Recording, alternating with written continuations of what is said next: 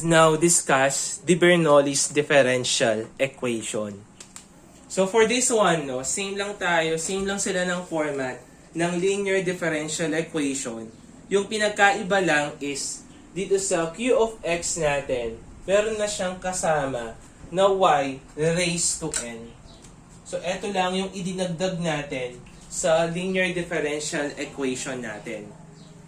So for this one, eto yung standard form natin kapag yung y natin, yun yung dependent variable natin. So kung x naman yung dependent variable, so gagawin lang naman natin is, mangyayari lang is dx over dy plus p of y x is equals to q of y x raised to n. So ganun lang yung standard form natin sa Bernoulli's differential equation. So for this one, eto lang yung idinagdag natin. So for this, kapag sinabi nating Bernoulli's differential equation, we are dealing with nonlinear differential equation.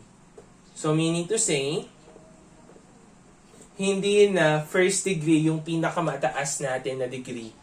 Wherein dito, kung mapapansin natin, meron tayong y raised to n, where n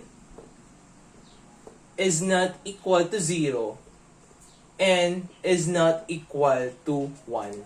So greater than 1 yung value ng n natin na kasama ni q of x. So same lang tayo ng pattern ng Bernoulli's differential equation. So una, yung gagawin natin if we have a given equation, itatransform natin yung equation na yon to its standard form. So let us have an example para lalo nating maintindihan yung Bernoulli's differential equation. So using Bernoulli's differential equation, meron tayong substitution na ginagawa para ma-solve natin yung differential equation natin. So ginagawa natin is meron tayong substitution.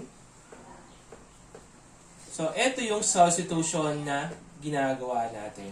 We are letting the value of our z, so let's say z yung variable natin, which is equal to y raised to 1 minus n. So for this, since dependent variable natin is y, kaya ginamit natin dito is y dun sa formula. So let's say naman if your dependent variable is x, x naman yung gagamitin natin dito sa formula natin. Okay. So let's say, sabihin natin na x yung dependent.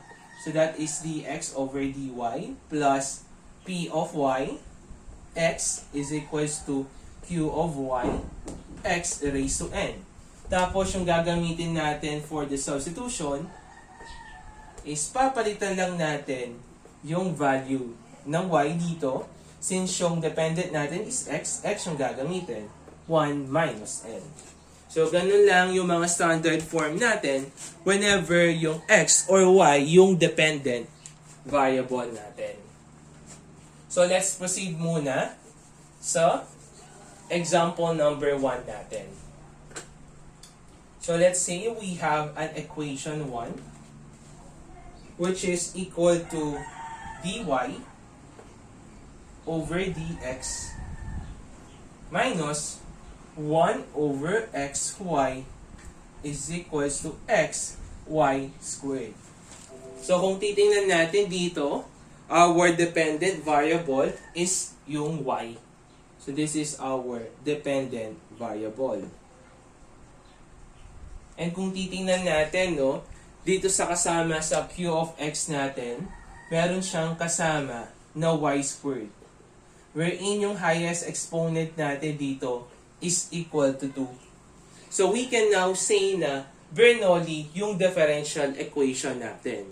So in other words, para ma-identify natin kung Bernoulli yung equation natin, if hindi natin nakuha using variable separable, homogeneous equation, exact equation, so we can say na Bernoulli yung equation natin. So let us have this example. So first, no, yung gagawin natin is itatransform natin yung original equation natin sa standard form. Kaso nga lang, pinadali lang yung buhay natin dito kasi naka-standard form na yung equation natin. So after the standard form,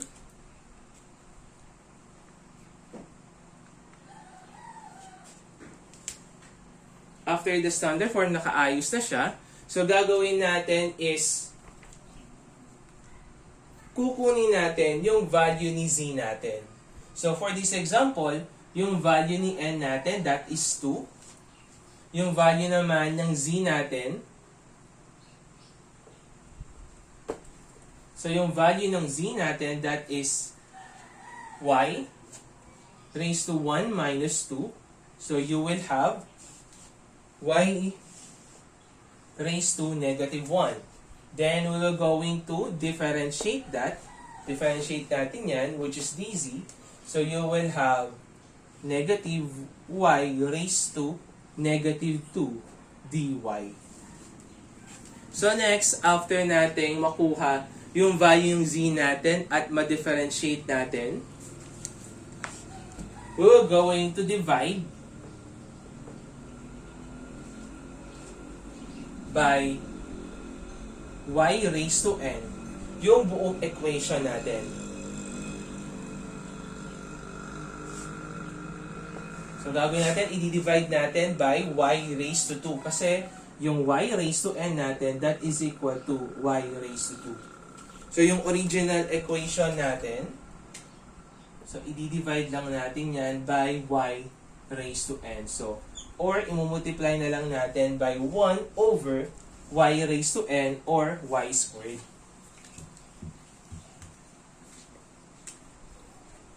So, mangyayari niyan is we will have, so, yung first term natin, so, magiging y raised to negative 2 na lang, multiplied by dy over dx, minus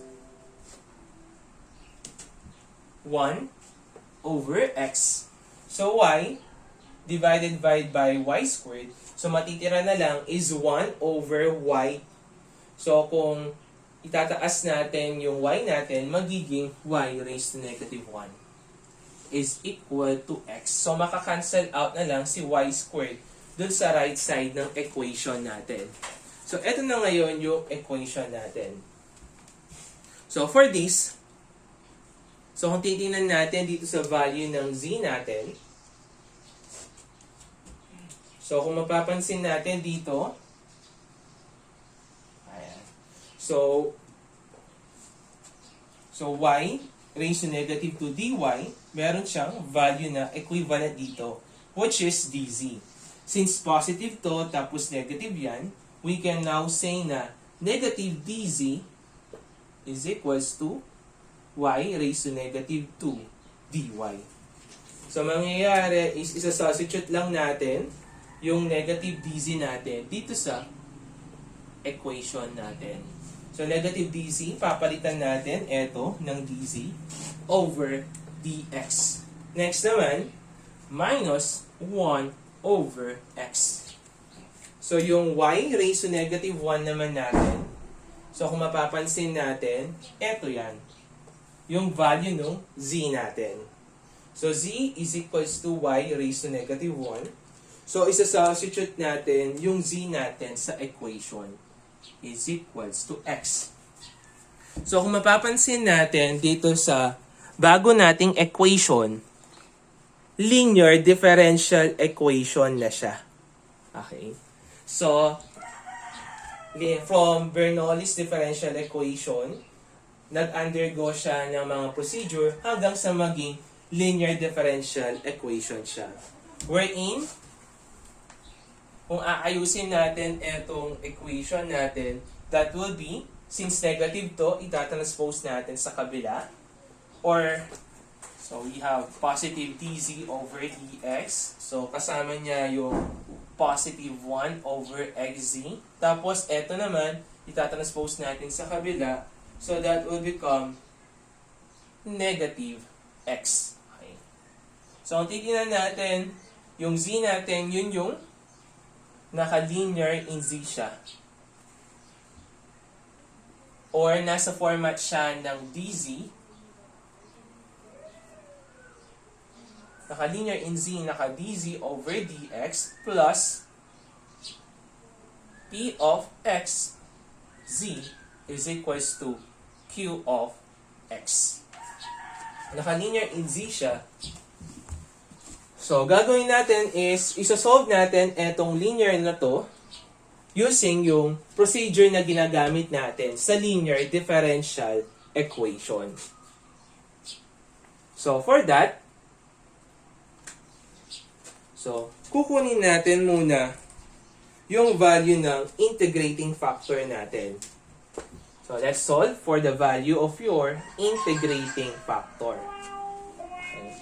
So, that is equal to e raised to the integral of p of x. So, here, yung p of x natin, siyempre, ito yan. So, this is your p of x. Tapos, etong natira, so that is our q of x. So, yung p of x natin dito, that is equal to 1 over x dx. So, e raised to ln x or integrating factor, that is equal to x. So, kukunin na ngayon natin yung general solution natin. So, for the general solution, since linear in z tayo, z that is our dependent variable, multiplied by the integrating factor equals the integral of q of x, which is equal to negative x, multiplied by the value of our integrating factor dx. So, let us simplify. So, you have z of x, zx is equals to negative. So, kung ito, naka-x squared na tayo, so that is equals to x cubed over 3 plus c. Where, diba, yung z natin dito is, but z is equals to y raised to negative 1. So, ibabacksub natin ulit yung value ng z natin. So, papalitan natin yan ng y raised to negative 1. So, para maging maayos lang, x. So, since y raised to negative 1 yan, ibababa natin siya para maging positive 1 is equals to negative x cubed over 3 plus c. So, this will now become the answer of your Bernoulli's differential equation. Or pwede ninyong isimplify yan based dun sa nire-require sa problem. Pero, let's remain this as it is. Ito na lang yung answer natin. Or, so pwede mo din gawin naman is, you will have x over y, negative x cubed over 3.